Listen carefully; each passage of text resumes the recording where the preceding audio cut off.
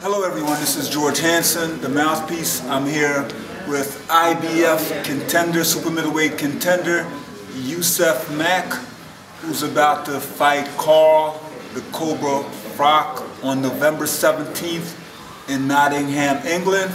We're at the James Schuler's Memorial Gym in West Philadelphia. I'm here to ask Yusaf a few questions as he leaves to go to England next week.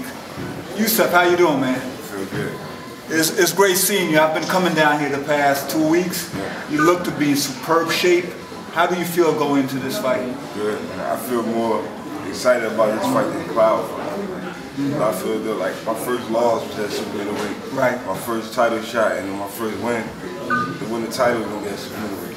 Super middleweight. I mean, it's monumental. And we had a conversation yesterday, and I said to everyone, you're probably one of the few fighters who I've seen who enter the ring, and everybody you've been in the ring with, you definitely is the favorite as far as boxing skills, boxing ability.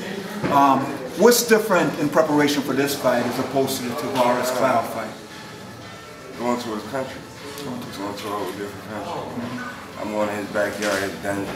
So, like, I'm leaving it all in the ring. Like I told him, I'm willing to die come November 17th. You gotta kill me. I'm leaving it all in the ring that night. You're leaving it all in the ring. I think it's a tremendous opportunity. I've looked at Carl Frock. I've watched you over the years. As far as boxing ability and boxing technique, it's one thing people always say about you. This guy is an excellent boxer. What are some of the things you've been working on? I know you've been working with Die Fair, No Fear, Smith, the man with the best jab in the business. How has he prepared? He got the long, good jab, you know. And my main thing is to keep these up. Like my trainer said, keep my hands up. If I got these up, can't nobody get mine. How you gonna get around them? And I'm slick, like around the 8th and 9th round, when I start doing this, I got you. How do you feel coming from a fight town like Philadelphia? And I look behind you and I see James Schuler, who just happened to be my favorite fighter and one of the greatest fighters I've ever seen. How do you feel having that? Is there any pressure on you to bring this championship back to the Schuler? Not at all, not at all. I'm bringing it back to the gym, I'm bringing it back for my mother, my children, you know, everybody I love, my trainer who wanted it for so many years. Like, I'm bringing it on. Whatever I gotta do, come November 17th, I'm done. And if that's willing to die in that ring, I'm gonna do it. What difference is this going to make you bring this championship back? We know Danny Garcia have one. We just need another championship in Philadelphia. And I feel like I've been here before. I've been here a few times. I just never kicked the door off, and now I'm here.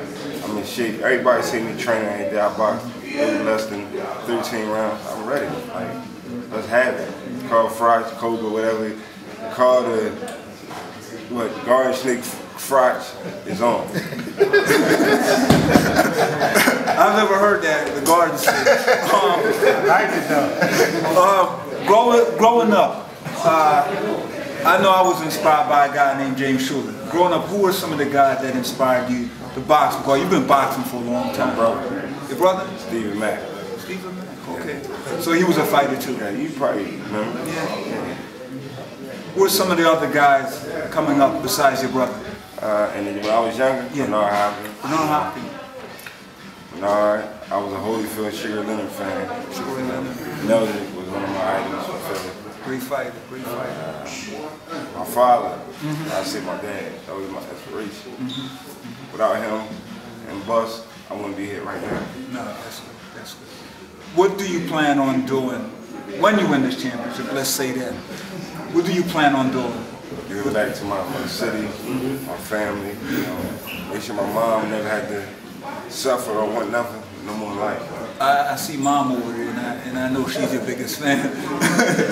And I see you working with Die Fair Smith. I've seen you working with other people.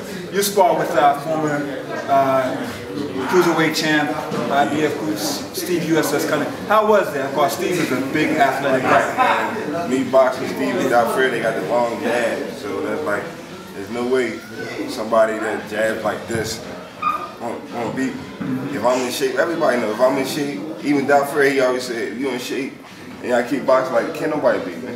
Everybody knew that. Every fight I lost, I was beaten. I just gassed up. Right. What they gonna do when I don't gas up and I be like this? Come on, what's that? No, as we said before, I mean, the talent is there. The talent is there. There's no question. And you mentioned it. How does it feel? You fought at light heavyweight a few times. How does it feel going back down? Well, you're really not going back now. You were going up when you were going to light heavyweight. I think I'm getting to the weight. All right, like right now I'm about 76, 77, but like it's not killing me. I usually have to take all this stuff to get down there. I'm doing it right. I'm listening to my trainers, you know. It's going like, when we leave to go to England, I want to be like 71. 71, I'm like 76, 77 now. By the time we leave, I'll be like 71, 72. Go over there, train, shake out a little bit. Fight night, they have problems. And watching Fox fight, what are some of the things you see? I see several things, but I ask this question: what are some of the things you see that you can, you really can take advantage of? Like I was slick. He's so used to being a fast and aggressive dude, fighting other dudes that's flat.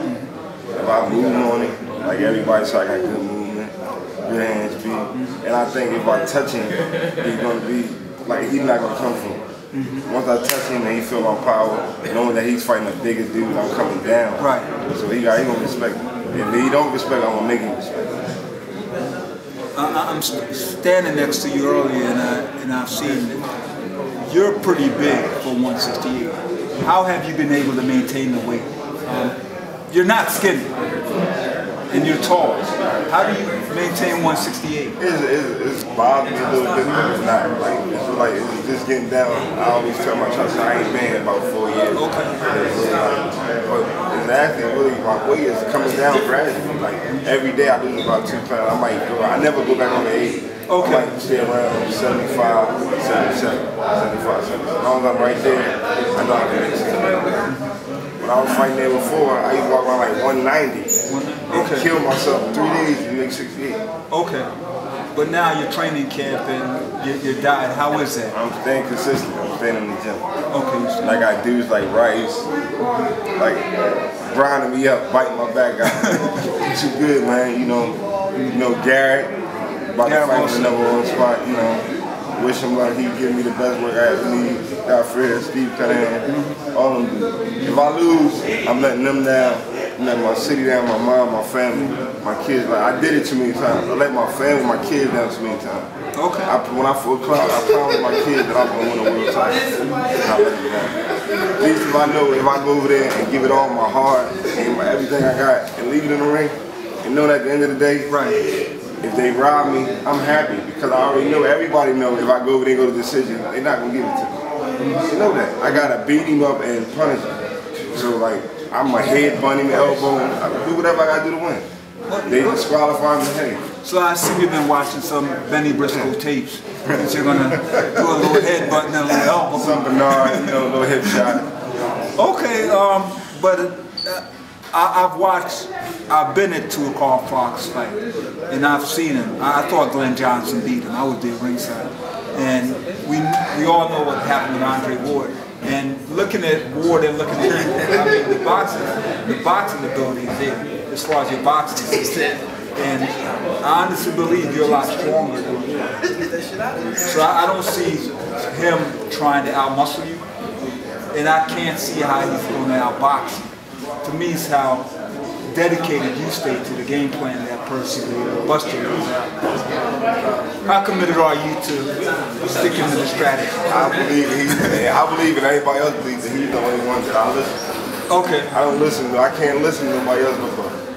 Like he'd grind me up in the corner until he probably smack the shit out of me. Until I listen. That's the only person, like, he already know I'm not gonna listen to nobody else. So like with him in my corner, Robert Hanson, ex-light heavyweight, I mean, welterweight champion, 54, whatever. I got my whole team good. Like we got Brother Nazim going over there with us. Okay. Make sure the gloves are unloaded. Team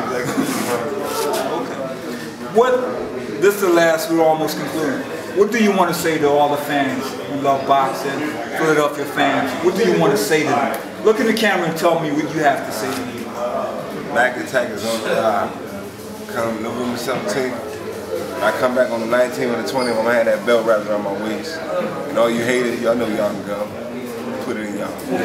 Well, that's George Hanson with Yusaf Mack. We here in Philadelphia, the city of brotherly love, the official capital of boxing in the United States. We believe that Yusaf Mack is going to win the championship. When Carl is laid on the canvas, I think the people in England are going to say, what the frock happened?